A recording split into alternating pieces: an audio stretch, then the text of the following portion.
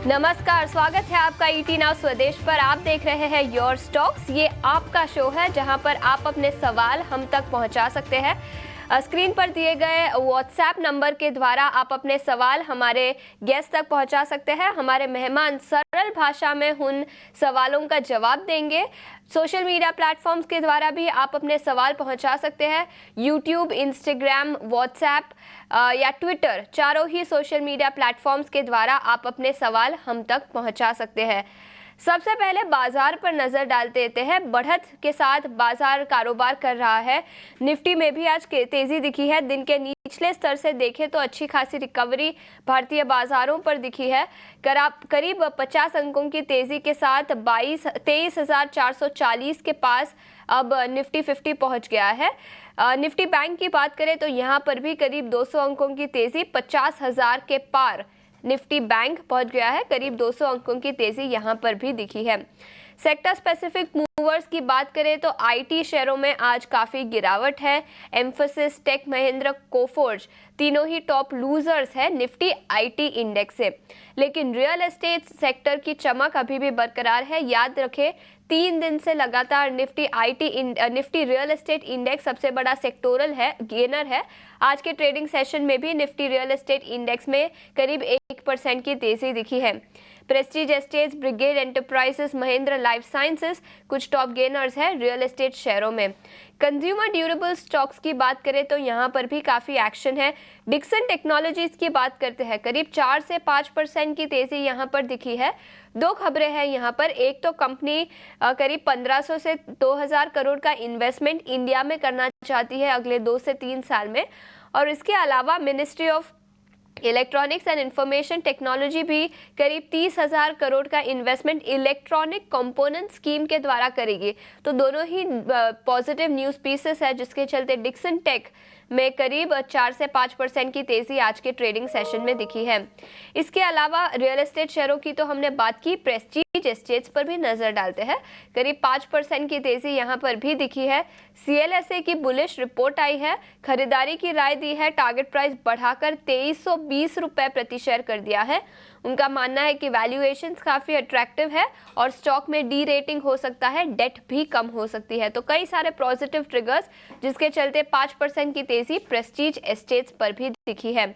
Cement sector से Ambuja cement ने acquisition किया तो 2% की तेजी वहां पर। वोडाफोन आइडिया के फंड रेजिंग प्लान्स और नैल्को के लीजिंग के चलते यहां पर भी एक्शन दिखा है। लेकिन आप अपने सवाल हम तक पहुंचाते रहिए। हमारे गेस्ट अब हमारे साथ जुड़ चुके हैं।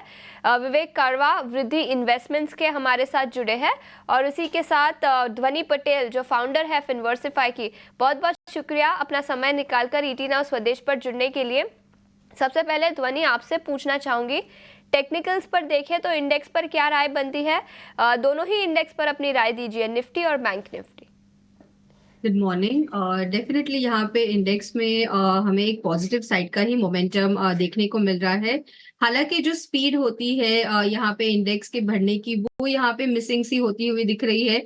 बट ट्रेंड जो है वो यहाँ पे अभी भी इंटैक्ट है, कोई भी ब्रेकडाउन नहीं हुआ है स्ट्रक्चर में।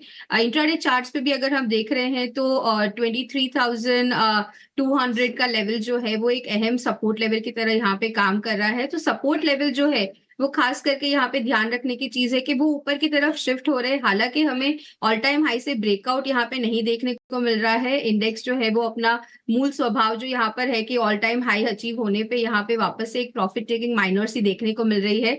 तो वही स्वभाव के साथ यहाँ पे इंडेक्स के अंदर कारोबार नैरो रेंज बाउंड देखने को मिल रहा है। बट जैसे ही हम ऑल टाइम हाई को ब्रेक करेंगे तो इंडेक्स के अंदर यहाँ पे निफ्टी में देखने को मिल रहा है कि 24,000 तक की कॉल ऑप्शन के अंदर यहाँ पे एक बिल्टअप देखने को मिल रहा है। तो हायर साइड ऑफ रेंज जो है वो यहाँ पे डेफिनेटली खुल चुकी है। बट जो एक स्पीड यहाँ पे होनी चाहिए, जो एक ब्रेकआउट स्ट्रक्चरल यहाँ पे आने चाहिए, वो अभी यहाँ पे मिसिंग है। बैंक निफ्टी की अगर हम बात करते हैं तो वही करीब 50,000 का जो एक साइकोलॉजिकल मार्क यहाँ पे था, उन्हीं लेवल्स के पास हम यहाँ पे ट्रेड कर रहे हैं। 50,000, 50,250 का यहाँ पे जो एक रेंज बना हुआ है उसी को हम ब्रेक नहीं कर पा रहे। हालांकि बैंक निफ्टी के अंदर भी अब जो next support levels intraday charts पे है वो यहाँ पे 49,500 तक ऊपर की तरफ शिफ्ट हो चुके हैं। तो ओवरऑल नीचे की तरफ सपोर्ट लेवल वापस बैंक निफ्टी में भी ऊपर ही शिफ्ट होते हुए दिख रहे हैं। ब्रेकआउट्स जो है वो यहाँ पे इंडेक्स में नहीं देखने को मिल रहा है, तो इंडेक्स में लेवल स्पेसिफिक ध्यान रखें, बट अभी फिलहाल इंडेक्स में कोई कारोबार ना करें।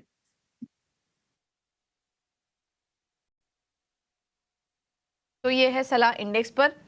और जैसा कि हम बार बार ये हाईलाइट भी कर रहे हैं अपने दर्शकों के लिए कि इंडेक्स में अभी कोई कारोबार करना अवॉइड करें, क्योंकि कुछ क्लैरिटी अभी फ़िलहाल नहीं दिख पा रही है। हम जो डिप का वेट कर रहे थे सुबह वो थोड़ा दिखा भी हमें, लेकिन वापस से देखिए निचले स्तरों से यू टर्न मारा बाजार ने और अपने हाइस की तरफ अब कारोबार कर रहा है। दिन के ऊपरी स्तर पर ट्रेड कर रहा है। 23,400 के ऊपर है निफ्टी और निचले स्तरों से करीब 364 अंकों की रिकवरी निफ्टी में है। बैंक निफ्टी में भी शानदार रिकवरी देखने को मिल रही है। तो इंडेक्स अवॉइड करें, स्टॉक स्पेसिफिक रहिए बाजार में।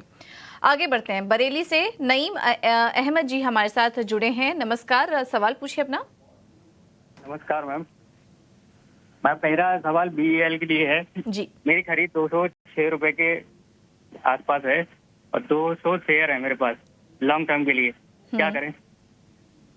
अच्छा, ओके। स्टॉक सिलेक्शन आपने सबसे अच्छी बात एंट्री काफ़ी अच्छे लेवल पे की और उसके बाद स्टॉक में उतार चढ़ाव भी काफ़ी रहा, लेकिन उसके बाद भी आप बने रहे स्टॉक में, तो ये अच्छी बात है। हाँ जी। कॉन्फिडेंस के साथ अच्छा स्टॉक बीईएल में। और अब हम देख रहे हैं कि अभी 2 दिनों से वापस से डिफेंस स्टॉक्स चलना शुरू हुए। आज भी बीईएल 2% ऊपर है, मुनाफा भी आपको अच्छा हो रहा है। विवेक जी क्या सलाह देंगे? वापस से अब डिफेंस स्टॉक्स फोकस में आ चुके हैं और इनका जो खरीद भाव है इन्होंने 206 पे लिया था, वहां से करीब 100 रुपए चल चुका है ये स्टॉक। तो लॉन्ग टर्म निवेशक हैं, बीईएल अच्छा लग रहा है आपको डिफेंस में या फिर कुछ और कोई और स्टॉक आप इनको सुझाएंगे? नमस्कार सभी को। देखिए, बीच में अभी पिछले हफ्ते जब चुनाव के नतीजे आए थे तब सारे डिफेंस स्टॉक्स और रेलवे स्टॉक बहुत जोरों से गिरे थे, क्योंकि एक समय पे लग रहा था कि मोदी सरकार वापस कंटिन्यू नहीं करेगी, क्योंकि जो मोदी सरकार थी उनका बहुत ज्यादा फोकस था डिफेंस और रेलवेज पे। और जो एलोकेशन था इस बार कोट ऑन अकाउंट बजट में, अब आएगा अगले महीने पूरा बजट भी, तो उसमें भी दिख रहा था कि डिफेंस एक मतलब इंडिया को एक सेल्फ सस्टेनिंग या जो आत्मनिर्भर बोलते हैं आजकल वो बनाना है, क्योंकि हम लोग दुश्मनों से घिरे हुए हैं। तो वो एक डर था, इसके लिए करेक्शन आया। लेकिन अब वापस इसके लिए लाइमलाइट में आ गए, क्योंकि सारे सरकार वापस वही रिपीट कर रही है, डिफेंस मिनिस्टर भी वही है। और एक दो स्टेटमेंट्स डिफेंस मिनिस्टर ने कल और परसों दिया था, जहां पे दिख रहा है कि वो लोग का बहुत फोकस रहने वाला डिफेंस पे इस बार भी। तो बीएल एक समझ लीजिए कि ज्यादातर कंपनीज आज के दिन वैल्यूएशन वाइज रिच वैल्यूएशंस में चल रही है, लेकिन सारी कंपनीज ये फैक्टर कर रही है कि अगले 2-3 साल में क्या होने वाला है। तो उस हिसाब से आप रखिए। मुझे लगता है कि बीएमएल आपको मे बी 330 से लेके 350 तक ये दिखा सकता है। तो उस टारगेट लक्ष्य के साथ आप इसको रखिए। और ओवरऑल जो डिफेंस में हो रहा है सब कुछ पॉजिटिव है पूरे सेक्टर के लिए। नजरिया डिफेंस सेक्टर पर जो गवर्नमेंट का फोकस है वो भी कंटिन्यू होता हुआ नजर आ सकता है। उत्तराखंड से हमारे साथ प्रकाश चंद्र जुड़ चुके हैं। प्रकाश, गुड मॉर्निंग। बताएं कौन से स्टॉक पर राय लेना चाहेंगे? हाँ मैडम, मैं एमआरपीएल से राय लेना चाह रहा था। मैंने एमआरपीएल खरीदे हैं 220 रुपए 50 पैसे के भाव पे, 405 शेयर हैं। क्या करना चाहिए मुझे? कितने समय तक होल्ड कर सकते हैं आप प्रकाश?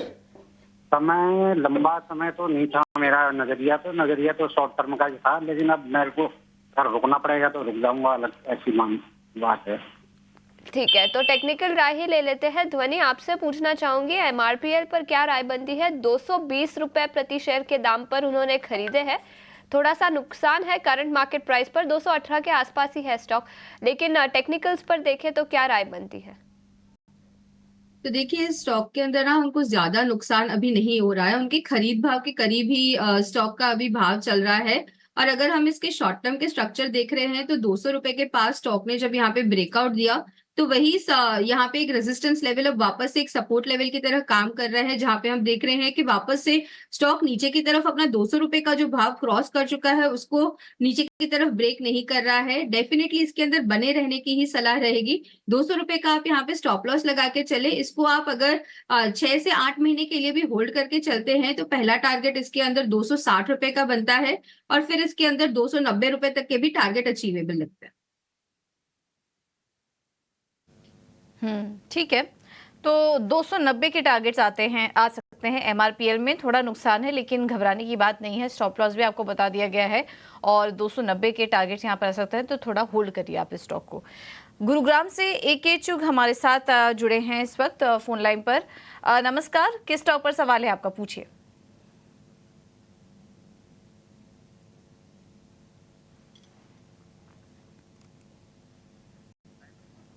चलिए, उनसे संपर्क नहीं हो पा रहा है लेकिन सवाल है उनका हमारे पास, वो चला देते हैं। कांसाई नेरोलैक लिया है इन्होंने, 100 शेयर्स हैं, 333 का भाव है जहां पर इन्होंने खरीदारी की है और नुकसान में है फिलहाल। 333 से लिया था, वहां से तो स्टॉक काफ़ी नीचे आ चुका है। 282 के पास इस वक्त स्टॉक कारोबार कर रहा है। थोड़ा ऊपरी लेवल पर यहाँ पे इन्होंने एंट्री ले ली थी जिस वजह से अभी ये नुकसान में है। कांसाई नेरोलैक का कैसा लग रहा है आपको विवेक? कि आप अगर कंपनी की हिस्ट्री में जाओ ना, ये करीबन 104 साल पुरानी कंपनी है। तो लेकिन ऐसे होता है कि कभी कभी स्टॉक्स परफॉर्म नहीं करते और कंपनी एक दायरे में फंस जाती है। वही इस कंपनी के साथ हुआ है और ओवरऑल मुझे लगता है कि इसको होल्ड करना चाहिए। ये एक रीरेटिंग आगे चल के हो सकता है। ब्रांड वैल्यू अच्छा है इसका। ऑफकोर्स एशियन पेंट और बर्जर के लायक नहीं है लेकिन ब्रांड वैल्यू अच्छा है। कंपनी ऑलमोस्ट डेट फ्री है और हाल ही में बहुत अच्छा सारा मतलब अच्छा खासा करेक्शन हुआ था। करीबन 340 से लेके 280 तक आया है। तो यहाँ से डाउन साइड मुझे नहीं दिख रहा है। मुझे लगता है कि आपको लॉन्ग टर्म के लिए इसको रखना चाहिए 261 का स्टॉप लॉस लगा के, और अगर ये ऊपर जाता है तो आपको 320 वापस दिखा सकता है। साइन नेरोलैक पर कोलकाता से अब हमारे साथ शादाब जुड़ चुके हैं। Shadab, good morning. बताएं कौन से स्टॉक पर राय लेना चाहेंगे? अच्छा, आइनॉक्स एनर्जी सुबह सुबह सर ने रिकमेंड किया था लेकिन अभी थोड़ा टूट गया, तो क्या उसको होल्ड करें या फिर होल्ड आउट कर दें? क्या आप आइनॉक्स ग्रीन एनर्जी की बात कर रहे हैं? Right. Okay, INOX green energy कितने स्टॉक पर आपने खरीदा था? 137 पर। Okay, 500 stock. शॉर्ट टर्म का नजरिया है आपका, करेक्ट? राइट। ठीक है। ध्वनि, आपसे पूछना चाहूंगी, आइनॉक्स ग्रीन एनर्जी क्या राय बनेगी इस स्टॉक पर? देखिए, अगर हम स्टॉक के शॉर्ट टर्म स्ट्रक्चर को देख रहे हैं तो एक रेंज बाउंड मूवमेंट इसके अंदर देखने को मिल रहा है। हालांकि सपोर्ट लेवल जो है इसके अंदर वो ऊपर की तरफ शिफ्ट होते हुए दिख रहे हैं। अभी फिलहाल का अगर हम देखते हैं तो आज डेफिनेटली दिन में एक ऊपरी स्तर से गिरावट आई है, बट ये यहाँ पे कोई भी स्ट्रक्चर ब्रेकडाउन नहीं दे रहा है। स्टॉक के अंदर अभी भी तेजी जो है वो बनी रहेगी। बॉटम से अगर आप इसको यहाँ पे बाय कर रहे हैं, आपकी होल्डिंग भी जो यहाँ पर है, तो आपको ऊपर की तरफ मुनाफे में ही यहाँ पे एग्जिट करने को मिलेगा। पहला टारगेट जो है वो 156 से 57 रुपए का बनता है। वो ब्रेकआउट होने पे यहाँ पे आपको फर्दर एक जो है फ्रेश ब्रेकआउट स्टॉक के अंदर देखने को मिलेगा, जहां पे स्टॉक ने ऊपर की तरफ 160 से 170 रुपए तक के भी टारगेट यहाँ पे पोजिशनली होल्ड करने पे आपको मिल सकते हैं। स्टॉप लॉस इसके अंदर आप खास करके ध्यान रखिए, नीचे की तरफ अगर स्टॉक यहाँ पे 138 का लेवल अगर ब्रेक करता है तो ही कोई एक स्ट्रक्चर रिवर्सल आता है। तो 135 जो एक सेफर साइड पे स्टॉप लॉस रहेगा, तो 135 के स्टॉप लॉस के साथ आप आइनॉक्स ग्रीन को होल्ड करके रखें। ठीक है, तो आइनॉक्स ग्रीन होल्ड करने की सलाह। थोड़ी गिरावट आई है लेकिन तेजी के लिए अभी आप बने रह सकते हैं स्टॉक में। वक्त है इस घंटे के ऑप्शन का ट्रेड जानने का, और रुक करते हैं हमारे अगले सेगमेंट का, ऑप्शंस के चैंपियन।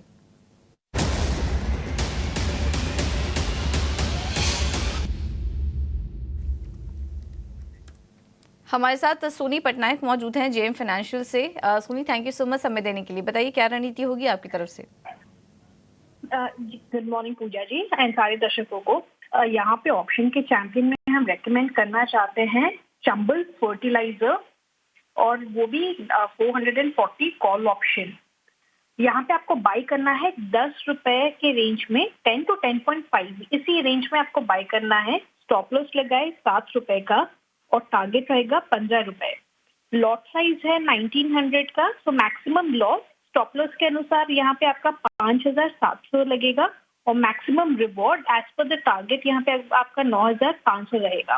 तो चंबल फर्टिलाइजर में कल हमने देखा है कि एक फ्रेश ब्रेकआउट आया है 430 के ऊपर, सो इमीडिएट बेसिस पे 430 428 की रेंज में एक अच्छा सपोर्ट है और 438 के ऊपर अगर निकालेगा तो आपको काफी स्ट्रॉन्ग शॉर्ट का भी नजर आएगी टुवर्ड्स 445 450 के रेंज में।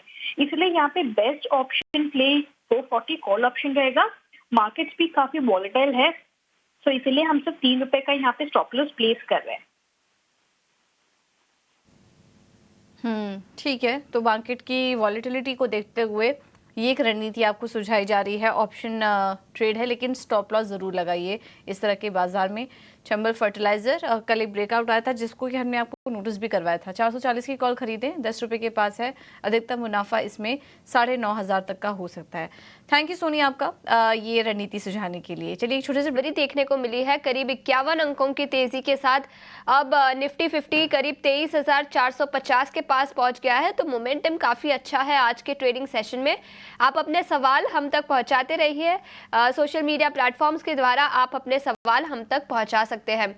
आगे बढ़ते हैं। राजेश्वरी ने चेन्नई से हमारे लिए व्हाट्सएप के द्वारा क्वेश्चंस भेजे हैं। श्रीराम प्रॉपर्टी के उनके पास 150 शेयर है जो उन्होंने 129 रुपीस प्रति शेयर के दाम पर खरीदे थे। इसके अलावा ट्रेंड पर भी उन्होंने सवाल भेजा है। 40 शेयर है उनके पास जो उन्होंने 4,090 रुपये प्रति शेयर के दाम पर खरीदे थे। तो दोनों ही स्टॉक्स पर राय ले लेंगे, श्रीराम प्रॉपर्टीज और ट्रेंड। क्या राय बनती है दोनों ही स्टॉक्स पर? हम फंडामेंटल राय ले लेते हैं। विवेक, आपसे पूछना चाहूंगी श्रीराम प्रॉपर्टीज और ट्रेंड। तो पहले मैं ट्रेंड की बात कर लेता हूँ। देखिए, टाटा ग्रुप की कंपनी है ये, और जो रिटेल स्पेस में हो रहा है, आप अगर इसको कंपेयर करो एपीएफआरएल से, जो ऑलमोस्ट सिमिलर ट्रेड में है, तो मुझे लगता है कि लॉन्गर टर्म में ये कंपनी भी ठीक ठाक यहाँ से करेगी। वैल्यूएशन वाइज मैं ये सलाह दूंगा कि आपको अगर ट्रेंड में ही रहना है तो आप बने रहिए, कोई दिक्कत नहीं है। ये मार्केट परफॉर्म रहेगा, आउट परफॉर्म नहीं करेगा। लेकिन आपको अगर और थोड़ा ज्यादा रिटर्न अगर चाहिए, वो अगर आपके मन में है, तो आप कन्वर्ट भी कर सकते हो आदित्य बिरला फैशन में। तो दोनों एक ही टाइप की कंपनी है, समझ ले। बस ये टाटा की है, वो बिरला की, इतना ही फर्क है। जहां तक श्रीराम प्रॉपर्टीज का सवाल है, देखिए, फर्स्ट ऑफ ऑल डिस्क्लोजर ये वृद्धि के अकाउंट में है, ऐसे हम लोग के पास ऑलरेडी होल्डिंग है। और ये अभी भी लिया था जब 4 तारीख को मार्केट डाउन था लोअर सर्किट में करीबन 9150 में, तो अभी 113 है। मुझे लगता है कि ये आपको 130 तक दिखा देगा। कंपनी बहुत शानदार है और कंपनी का मैनेजमेंट बहुत बुलिश है कि इस साल जो अगले साल मतलब FY25 में ये लोग अपने ही एस्टिमेट्स को बीट करेंगे। और जिस हिसाब से रियल एस्टेट चल रहा है, ये बहुत ही छोटी कंपनी है इस स्पेस में, तो आउट परफॉर्मेंस का चांसेस ज्यादा रहेगा। तो 130 के लिए आप इसको रख सकते हो। और वापस मैंने जैसे कहा, डिस्क्लोजर ये वृद्धि के अकाउंट में है।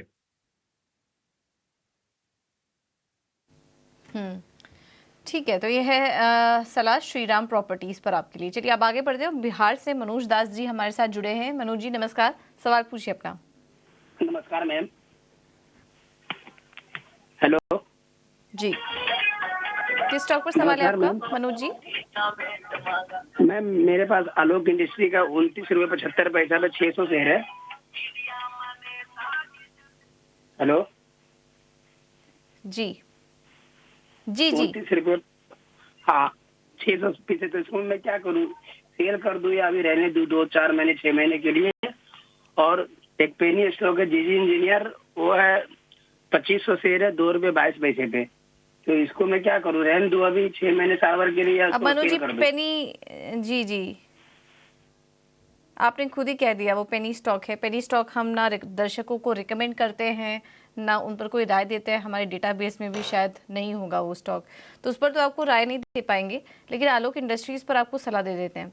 29.75, आई होप ये प्राइस आपका सही है क्योंकि आवाज़ थोड़ी क्लियर नहीं थी। 29.75 ध्वनि आपसे सवाल होगा इस पर। स्टॉक में अच्छी तेज़ी आई थी, 34 के ऊपर 40 के आसपास भी आया था ये स्टॉक, लेकिन उसके बाद से करेक्शन आया और फिर एक रेंज में ही फंस चुका है ये स्टॉक। हल्के नुकसान में ये भी हैं। क्या टारगेट देख रही हैं आप आलोक इंडस्ट्रीज में आगे? जी बिल्कुल। अगर शॉर्ट टर्म के चार्ट स्ट्रक्चर की अगर हम बात कर रहे हैं तो जैसे कि आपने कहा यहाँ पर ऊपर की तरफ 37-38 रुपीज के पास स्टॉक के अंदर एक रिजेक्शन देखने को मिला था, वहां से डाउनवर्ड स्लोपिंग चैनल ही देखने को मिल रही है।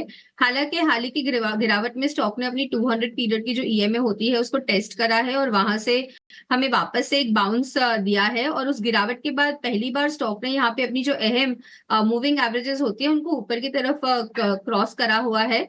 तो टेक्निकली यहाँ पे स्टॉक के अंदर एक बाय डेफिनेटली बनता है। स्टॉप लॉस जो इनको मेंटेन करके रखना रहेगा, तो नीचे अगर स्टॉक यहाँ पे 25 रुपए का भाव तोड़ता है तो वापस से इसके अंदर गिरावट देखने को मिलेगी। पर जब तक 25 रुपए का भाव यहाँ पे बरकरार है तो इसको वापस से एक अपमूव के लिए हम कंसिडर कर सकते हैं।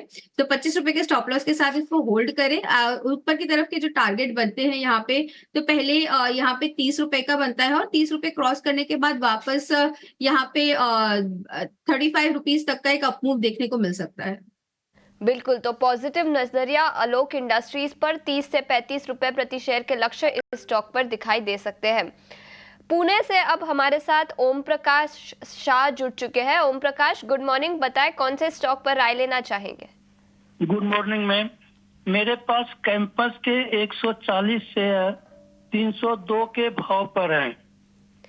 ठीक है, और क्या करें मैम? कितने समय तक आप होल्ड कर सकते हैं? 2 महीने। 2 महीने तक होल्ड कर सकते हैं। ध्वनि, आप ही से पूछना चाहूंगी, अगर नहीं तो हमको दूसरा शेयर बता दीजिए, इसके बदले में मैं ले लूंगा। ठीक है। कैंपस एक्टिववेयर के उनके पास 140 शेयर है ध्वनि, 302 रुपए प्रति शेयर के दाम पर खरीदे हैं। और अगर एग्जिट की राय बनती है इस स्टॉक पर तो कोई और स्टॉक भी रेकमेंड कर दीजिए। इन्होंने यहाँ पे स्टॉक जो है वो ऊपरी स्तर से यहाँ पे खरीदा है, जहाँ हालांकि इनकी खरीद भाव से ज्यादा नीचे की तरफ की गिरावट देखने को नहीं मिली है, और इनका जो खरीद भाव है वहां पर ही स्टॉक के अंदर एक वापस से फ्रेश ब्रेकआउट का भी सेटअप बनता हुआ दिख रहा है। तो अभी फिलहाल के लिए मेरी होल्ड की ही सलाह रहेगी। नीचे की तरफ आपको जो स्टॉप लॉस मेंटेन करके रखना है, तो यहाँ पे आप 270 रुपए 268 रुपए का यहाँ पे स्टॉप लॉस लगा के रखे। ये स्टॉप लॉस अगर ब्रेक होता है तो इसके अंदर फर्दर गिरावट जो है वो देखने को मिल सकती है। बट इसका जो डाउनवर्ड स्ट्रक्चर है उसके बाद स्टॉक ने यहाँ पे पहली बार अपनी जो 200 की ईएमए होती है उसको ऊपर की तरफ में क्रॉस करा है, तो उसी का स्टॉप लॉस लगाकर यहाँ पे होल्ड करने की सलाह बनती है। ओके, तो ये है सलाह कैंपस एक्टिववेयर पे, आपके लिए होल्ड कीजिए स्टॉक को। महाराष्ट्र से संकेत गावले हमारे साथ, उनका सवाल हमें व्हाट्सएप पर आया है। अंबुजा सीमेंट से इनके पास 220 स्टॉक्स इन्होंने लिए हुए, 500 पर इन्होंने एंट्री की हुई थी अंबुजा सीमेंट्स में। उसके बाद तो हमने देखा ही अंबुजा सीमेंट्स शानदार तेजी देखने को मिली, हाल फिलहाल में ही अच्छा रनअप आया है और स्पेशली इलेक्शंस के बाद सीमेंट शेयरों में शानदार तेजी देखने को मिली। 40,000 के आसपास का मुनाफा इन्हें हो चुका है और अभी भी स्टॉक में तेजी बनी हुई है। विवेक जी, अंबुजा सीमेंट ये लॉन्ग टर्म निवेशक ही लग रहे हैं, क्योंकि इन्होंने जो एंट्री की थी वो 500 के लेवल पे की थी और तब से होल्ड कर रहे हैं स्टॉक को। क्या करना चाहिए? अंबुजा सीमेंट में थोड़ा प्रॉफिट बुक कर ले या फिर और तेजी के लिए बने रहना चाहिए इन्हें? देखिए पूजा, मुझे तो ये लगता है कि जितने भी अडानी ग्रुप के स्टॉक्स है ये सारे अगले 3 से लेके मैक्स 5 साल के अंदर यहाँ से डबल हो जाएंगे।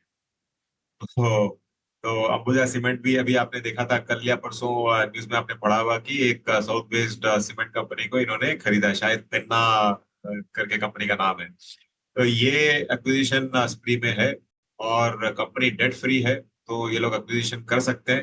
Debt free in the sense का मतलब करीबन 1,70,000 करोड़ का मार्केट कैप और 600-700 करोड़ डेट है, इतना सही है। तो बहुत मुझे लगता है कि स्ट्रांग है ये। बीच में मौका दिया था स्टॉक ने, लेकिन मुझे लगता है कि यहाँ से भी जैसे मैंने कहा 3 से लेके आप 5 साल के लिए इसको होल्ड करो, दोनों ही अंबुजा सीमेंट और एसीसी। तो आई थिंक हाँ ये बराबर आपने पिन्ना, मैं भूल गया था नाम। तो अंबुजा और एसीसी दोनों पे ही मैं बुलिश रहूंगा अगर आपका होल्डिंग पीरियड 3 साल का हो तो। पर थी आज अंबुजा सीमेंट के लिए, इस वजह से 2% ऊपर भी था ये शेयर। पेन्ना सीमेंट का अधिग्रहण किया है और स्ट्रॉन्ग पेरेंटेज, और विवेक जी का तो कहना है कि कॉन्फिडेंस काफ़ी अच्छा है और यहाँ से दोगुना हो सकता है। अगर अंबुजा एसीसी जैसे स्टॉक में अगर आपकी होल्डिंग है तो बिल्कुल आप बने रहिए, कोई दिक्कत वाली बात नहीं है। एक छोटे से ब्रेक के लिए रुक